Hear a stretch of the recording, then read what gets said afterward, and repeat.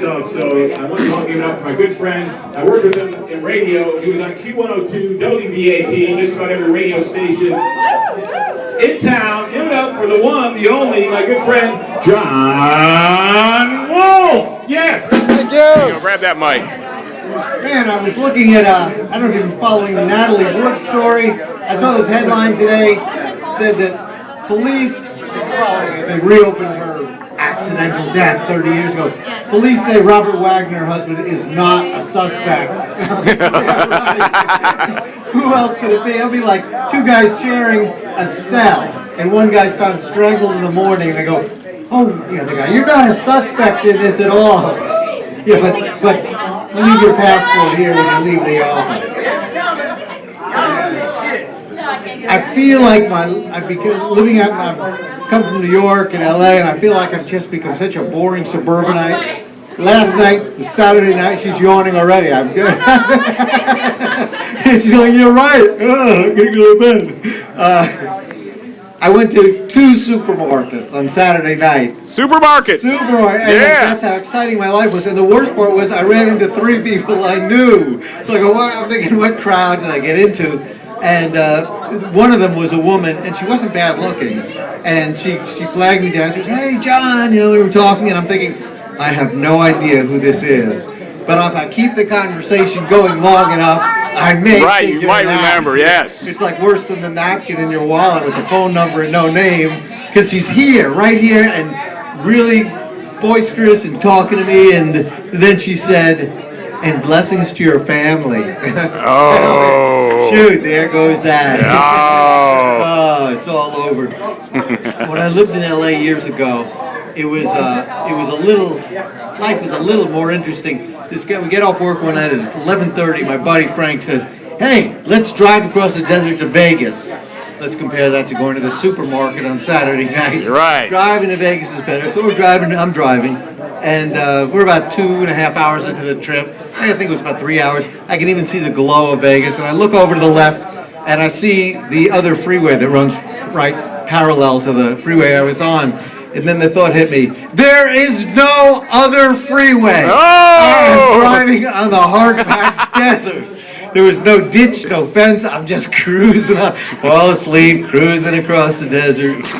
We get there, and I look at my buddy. He's, I don't tell him. We're going to lose our money anyway. And the cops there would just follow you around on a Friday night or a Saturday night until you're figuring sooner or later this guy will make a mistake. He's got 4 different colored body parts on his car. He's made mistakes before. Yeah.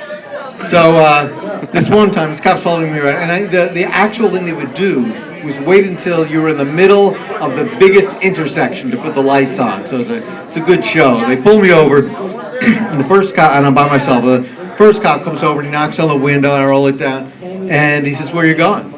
I said, I'm going to my friend's house down the street right here behind the Hacienda Hotel. He goes, you don't know where you're going? I said, yeah, I'm going, I don't know the address, but it's the only building on the street. It's right there behind the Hacienda Hotel. I can see my friends down there, but I don't want to signal that out because who knows what they've got on them. Why bring them into the picture? And he said, all right, license, registration, insurance papers. So I'm reaching across into the glove compartment, and I hear on the other window, and it's the other cop. And so I'm rolling down that window. He goes, so where are you going? And I said, I'm going to the building behind the Hacienda Hotel. And the other thing I'm doing, because he's now flashing the light in, because it could be dangerous, I'm trying to cover up all the tickets I have in my glove compartment at the time that I had forgotten to take care of. And he said, you don't know where you're going? So I said, just like this, because I had a couple of drinks too. So I needed to stay in the car. I said, as I already explained to the other officer, and he gets up, talks over the roof. He goes, oh, we got a real smart ass here. I asked him where he's going. He says, I already told the other cop, which was now what I said. So a moment later, I'm out walking the line. And then they said, okay, lean back and touch your nose. And I almost said, come on, I couldn't do that sober. But fortunately, the words didn't get up. So I'm now like this, and I remembered, someone gave me a tip. They said, every guy who ends up with a drunk tank does one of these, where he tries to find just he said like, it's perfect.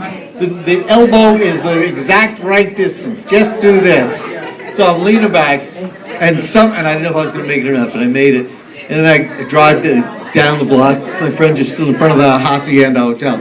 And they said, oh man, you missed it. You missed it. They had this guy out there walking the line, leaning back, touching his nose. I'm like, hope you enjoy the entertainment. That was now me. life has slowed down a little here for me in the burbs. And I got married, had kids, and I decided after having kids that one of the parents should be the nurturing parent, and that should be my wife.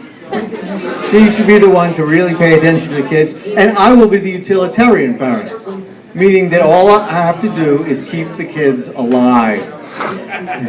By setting these low expectations, I feel like I've been an exemplary parent.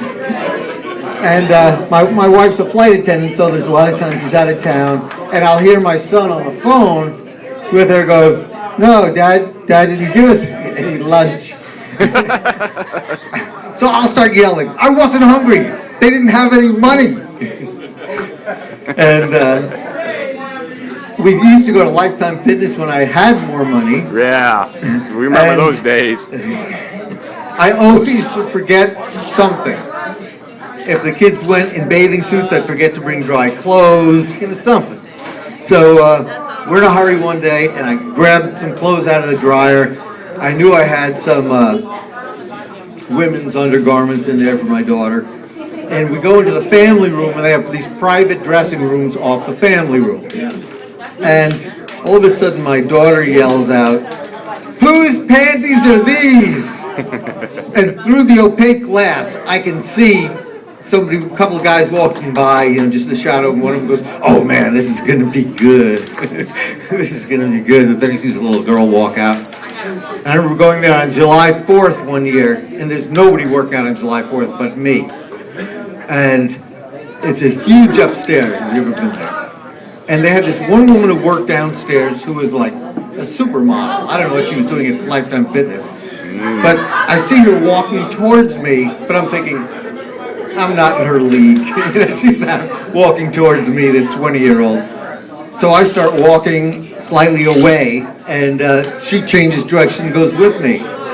And the closer she gets, the more it's like the devil and the angel on my shoulder. And I'm thinking, I could show a photo of this girl to a judge and say, come on, could you have said no? Could you have said no? And she gets really close, she's coming up to me, and she says, John, and I'm imagining, well, of course there's going to be an open massage room or something here today. There's nobody here. And then she said it again, but what she actually said was, John, your daughter Leslie needs a diaper change. Ah! And I took it right out there. Took it right away. And one night my daughter said, Daddy, would you play dollies with me? I'm like, oh, jeez. I'd like to, but I promised Mom a year ago that I would spackle the roof with my tongue. And I think it's the right night because it's lightning coming in as you get up there. And finally I'm like, okay.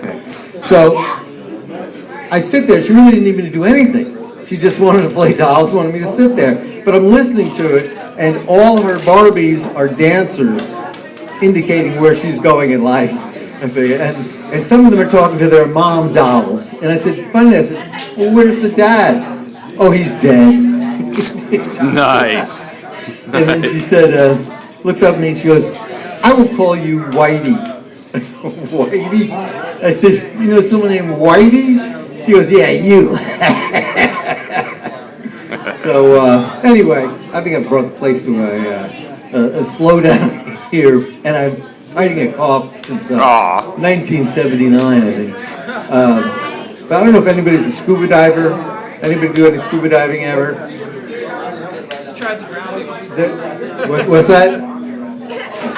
Well, there are two main things that people worry about scuba diving. One, running out of air. Two, sharks. So if you're going scuba diving and you see a shark, I figured out what you do. You look for anyone nearby who you owe money to and cut that person and swim away. Thank you very much, John Wolf. Yeah, right, Johnny.